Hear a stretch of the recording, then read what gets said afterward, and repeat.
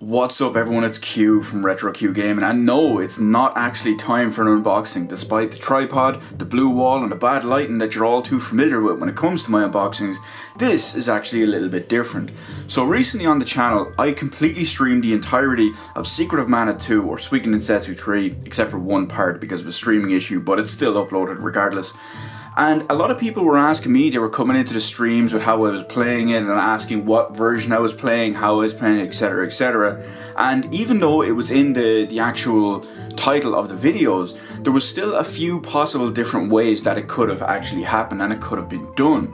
So what I did was I was playing on the analog Super NT, which I'm not going to get too big into detail in this video because, well, let's face it, this video is not about the Super NT, as great as it is. But one of the main things that kind of confuses a lot of people with the analog Super NT is there's now jailbreak firmware available for it so that you can actually load ROMs onto the SD card and play through there. Some people were asking how I was playing it, some people were saying that wasn't working for them, some people were saying that was working for them, or some people weren't able to play it the same way I was playing it. Now, I'm not using the jailbroken firmware, I'm actually still on firmware version 3.9 when it comes to the Super NT. 4.4 is the current one as of the moment.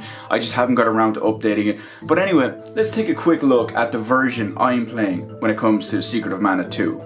Now, I mentioned it in the videos before as well that I'm actually playing a reproduction card, as you can see right here, for Secret of Mana 2. Now this I did not make myself, of course. I don't have the technical know-how or the talent for this, so I did pick up this reproduction card. It came, the guy I bought it from, I bought it online, the guy I bought it from, he went above and beyond when it came to this. It was beyond what I was actually expecting. So let's take a quick look. As you can see, the main thing is the art on the box. So it looks great. It looks great in my shelf, or on my shelf in my collection with the rest of my Super Nintendo games. Sits right in there beside Secret of Mana.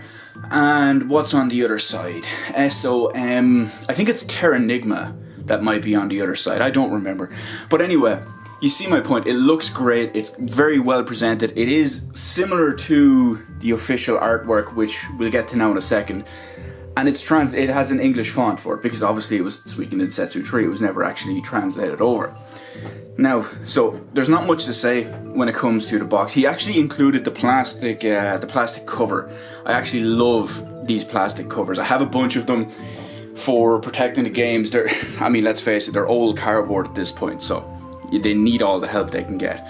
So, as with most, you can see, actually let me get it out of here so you get a better look. It's a bit reflective. So we'll take a look at all the images on the sides. And we go on here. It's a lot better. And one thing I will say before I flip the back of the box over, he did make a little bit of a small error when it comes to creating the faux packaging for this. So when we look on the back, we've got our 4 images, similar to what you'd have on the back of any Super Nintendo box. But if you look at that top left image, if the camera would be nice and focus, let's try something a little different. Much better. When you look at the top left image, that's actually a screenshot from Secret of Mana. Now the other 3 screenshots are from this game, Secret of Mana 2, but still, it's a small little error. It doesn't bother me personally. And one thing I will say about the box too is when I looked at the box online originally, I knew straight away, I could tell, okay, this isn't a regular cardboard style Super Nintendo box. I was correct, because those are apparently difficult to manufacture, or maybe not difficult, but costly when it comes to that side of it. So this box is actually made from high quality photo paper, believe it or not. It's still pretty sturdy. It's just not as good as the actual legit Nintendo stuff. Now, so let me get in a better frame here. So this is what we have here. This is everything that came in the box when he made this. He actually went through the hassle, if you want to call it hassle, of translating, or maybe just printing off, I'm not sure, maybe he got it somewhere, maybe he did it himself, I'm not sure. The actual manual. And it goes through pretty much everything you need in it, main story-wise, how to play the game. Everything you'd expect from a good Squaresoft JRPG from, well, let's face it, the best console ever made. It even had the cardboard insert. The actual white cardboard insert. But now the big deal, the pièce de résistance. The actual cartridge itself. Obviously, it's designed to replicate the PAL version, the actual European EU Super Nintendo, the SNES, not the SNES. So, that's why it looks like this. It doesn't look like your other one. One thing that is important to note with this, for me at least anyway, first off, it says PAL version in the bottom right, but it also uses artwork. Secret of Mana 2, all good. Now, I don't have it right here to do, because it would be, yeah, you know my point of my, what's the word I'm looking for?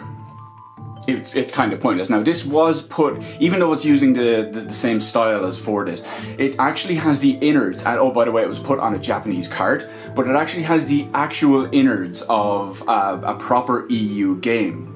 So that means when I opened this up and I took a look at it on the inside, it did, some repro games have a tiny little board with just a micro SD card put in, so they can just literally put the ROM on the card and go that way. That's not the case for this one. It was actually flashed onto an actual ROM. Now, I have potentially one issue with that. It is possible to get, say, cartridges like this with actual standard, let's call them reproduction ROMs, and can be put onto there just like this, and they work and function like a regular Super Nintendo cart, which is perfectly fine. What I'm not 100% sure about with this one is if that does that, or this uses something called cannibalizing for repros, which means potentially this game, or whatever ROM board is in this game originally, may have been wiped and this put onto it. I'm not a fan of that, of people cannibalizing games for repros. I'm not a fan of that at all, because that's essentially wiping a game out of existence. It's essentially breaking a game or throwing a game away. Not a big fan of that. I don't know which one this is, but it is actually flashed onto the actual ROM, which is the main important thing when it comes to it, for me at least. But before we leave it there, I'm going to go to one extra little quick bonus that we will just snap over to right now. Now, that extra little bonus that I promised, we have right here. The original Japanese boxed cart version. Obviously, I can't properly play this because it's in Japanese, but let's take a look at it anyway. You'll notice that the artwork on this is very similar to what we looked at before. It's a little bit different. It still has all the characters across the front. Obviously, it's in Japanese, but the background is ever so slightly different. This, of course, being the official artwork and everything, makes perfect sense considering the other one is just a repro, and it's essentially people putting on artwork or doing whatever they do just to reproduce it. Of course, Japanese boxes, as gorgeous as they look, a little bit different on the back. But let's open it up and have a look on the inside anyway. One of my, I want to say 6 Japanese Super Famicom games. The booklet, you can see, it's basically the same. Obviously, it's just in Japanese and translated over for the repro version. Obviously, the size and shape is more akin to what we're used to. And there we have it. Our Seiken Densetsu 3. Original JP copy. Obviously, it was factory repacked. Not factory repacked, but it was repacked in this extra little piece of plastic. But that's it. Hopefully this clears up any questions about the version of the game I was using. It is the repro cart version, designed for European consoles, but obviously will play on the analog Super NT because that is completely region free. With official firmware 3.9, it works perfectly for me. I know some people out there were having problems using the ROM version, some people out there were having problems using whatever repro they were using, but this is how I was doing all of my stuff. So let me know in the comment section below what version you're playing, what version you want to play, or if you've had any issues or if you haven't had any issues playing it. Let me know all that good stuff in the comment section below. Hit the like button, hit the subscribe button. Thank you for watching, and I will see you in the rest of the videos in my channel.